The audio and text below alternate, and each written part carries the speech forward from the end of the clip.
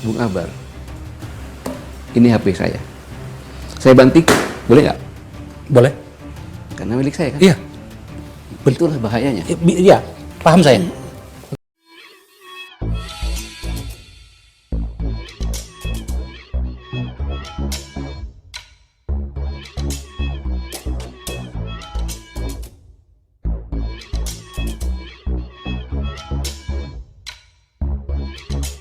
Tonton video ini sampai selesai agar Anda tidak gagal paham.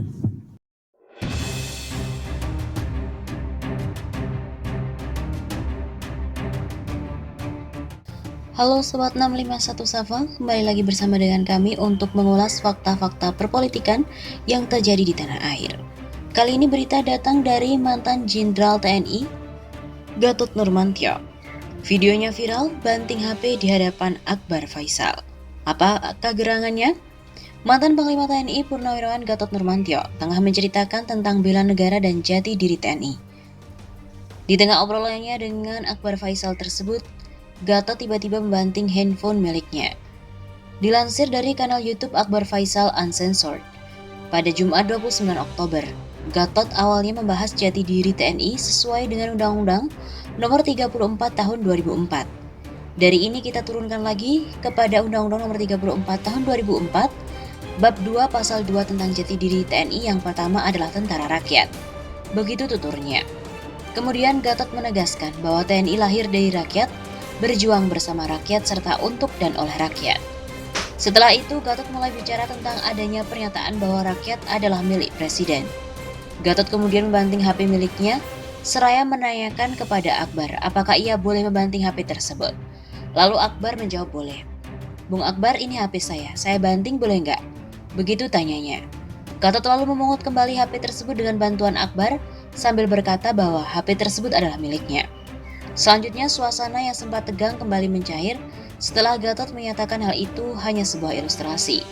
Dia bahkan berkelakar, menyebut bahwa HP tersebut bukan HP betulan, kemudian disambut oleh gelak tawa dari Akbar Faisal. Gatot mengaku membanting HP tersebut untuk mencairkan suasana yang cukup tegang ketika membahas tentang adanya pernyataan tersebut. Kemudian Akbar menjelaskan bahwa ia tengah berupaya menerjemahkan pola pikir dari seorang panglima terkait hal itu. Gatot juga lalu menjelaskan bahwa itulah yang akan terjadi apabila ada pemikiran kalau rakyat adalah milik presiden. Karena itu artinya rakyat juga milik polisi, kehakiman dan juga tentara. Dengan demikian menurut Gatot, rakyat berarti bisa dibuang, disakiti atau bahkan dibunuh kapanpun.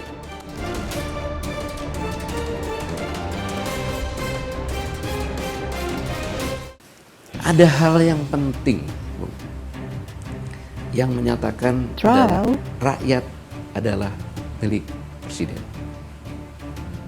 Adalah milik presiden. Bung Akbar, ini HP saya. Saya banting, boleh nggak? Boleh. Karena milik saya kan? Iya. Itulah bahayanya. Iya, paham saya. Oke. Itulah yang terjadi. Karena berpikir bahwa rakyat milik presiden, berarti rakyat juga milik polisi, rakyat juga milik kehakiman, rakyat juga milik tentara. Berarti kapanpun dibuang, mau disakiti, mau dibunuh, tanahnya mau diremas, itu rakyat.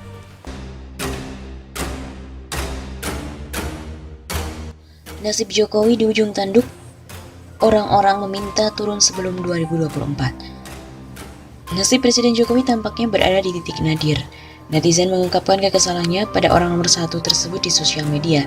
Bahkan tagar turunkan sebelum 2024 menjadi trending topik.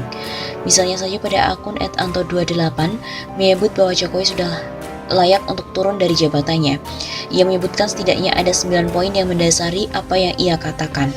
Misalnya, soal utang meroket, BUMN rugi, TWK pelemahan KPK, dana haji digunakan untuk infrastruktur, ekonomi anjlok, PPN sembako dan pendidikan, korupsi bertambah subur, pengangguran meningkat, meroketnya TKA dari Cina. Ada pula akun dari @yandiaksara yang menumpahkan kekesalannya terhadap dampak dari hasil Pilpres 2019 yang lalu. Nyoblosnya 5 menit, menderitanya bertahun-tahun. Lontong dasar. Begitu tulisnya. Kemudian ada juga akun dari Awal Koe yang menyindir gaji komisaris yang ratusan juta, tapi perusahaannya mengalami kebangkrutan. Ada gaji komisaris BUMN ratusan juta rupiah, tapi perusahaannya rugi mulu dibiarkan. Ada rakyat makan susah, tapi sembako mau dipajaki. Begitu tulisnya.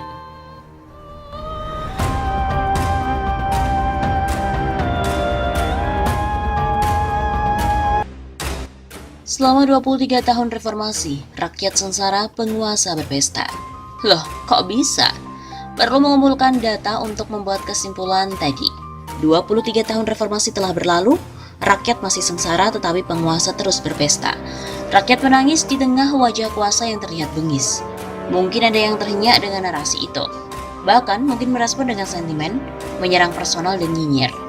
Respon semacam itu dapat dipahami, mungkin karena belum mengerti bahwa kritik adalah gizi demokrasi yang bisa membuat pemerintah introspeksi dan bisa membuat demokrasi lebih maju. Mungkin juga belum mengerti tentang satu dimensi penting bahwa tanggung jawab intelektual itu membebaskan manusia dari penderitaan. Fungsi itu yang sesungguhnya sudah dijalankan akademisi maupun kelompok oposisi. Dalam bahasa Antonio Gramsci, fungsi intelektual semacam itu disebut intelektual organik, yang ada pada Personal Books tahun 1970, ditulis oleh Antonio Gramsci. Bulan Mei 23 tahun lalu, intelektual organik di Indonesia menjadi kunci penting bagi hadirnya gerakan reformasi 1998. Pada momentum 2-30 tahun yang lalu, reformasi ini, mari kita berpikir sejenak, mengurai data satu persatu, meski tidak semuanya akan dibeberkan. Kemudian penguasa berpesta. Jika rakyat sengsara, apakah penguasa ikut sengsara? Tidak, mereka berpesta. Sebab selain mereka dapat honor lain-lain, mereka masih menikmati gaji secara utuh dari pajak rakyat. Lebih miris, korupsi penguasa masih sering kita dengar. Bayangkan di tengah rakyat menderita, tega-teganya uang untuk bansos rakyat miskin dikorupsi. Tidak hanya itu, korupsi juga terjadi di sektor pajak dan lain-lain. Puluhan hingga ratusan miliar dikorupsi, bahkan secara total diduga kuat angka korupsinya mencapai triliunan rupiah. Ya, penguasa berpesta dengan kue korupsi. Kini ditengarai sedang terjadi semacam bancaan uang APBN untuk modal pemilu 2024. Ya, penguasa pesta uang APBN, rakyat tak usah diperhatikan. Persetan rakyat, kata anggota DPR versi DPR musikal yang viral itu. Terjadinya korupsi yang terus-menerus ini menyebabkan indeks persepsi korupsi atau Corruption Perception Index Indonesia sangat buruk. Skornya 37, dilansir dari Transparency International 2020. Artinya, rapotnya masih merah karena skor 37 dari rentang 0 sampai 100. Kini rezim makin berpesta karena Undang-Undang KPK versi revisi sudah disahkan. Upaya 51 guru besar yang meminta uji materi ke Mahkamah Konstitusi juga ditolak, dan puluhan penyidik KPK yang berintegritas kini tersingkir melalui mekanisme tes wawasan kebangsaan yang janggal. KPK dan MK, dua lembaga yang dibangun dengan darah dan nyawa reformasi, kini lunglai terpuruk di titik nadir. Cendekiawan Yudi Latif di sebuah media nasional menyebut ini sebagai penghancuran pencapaian pada 6 Mei 2021.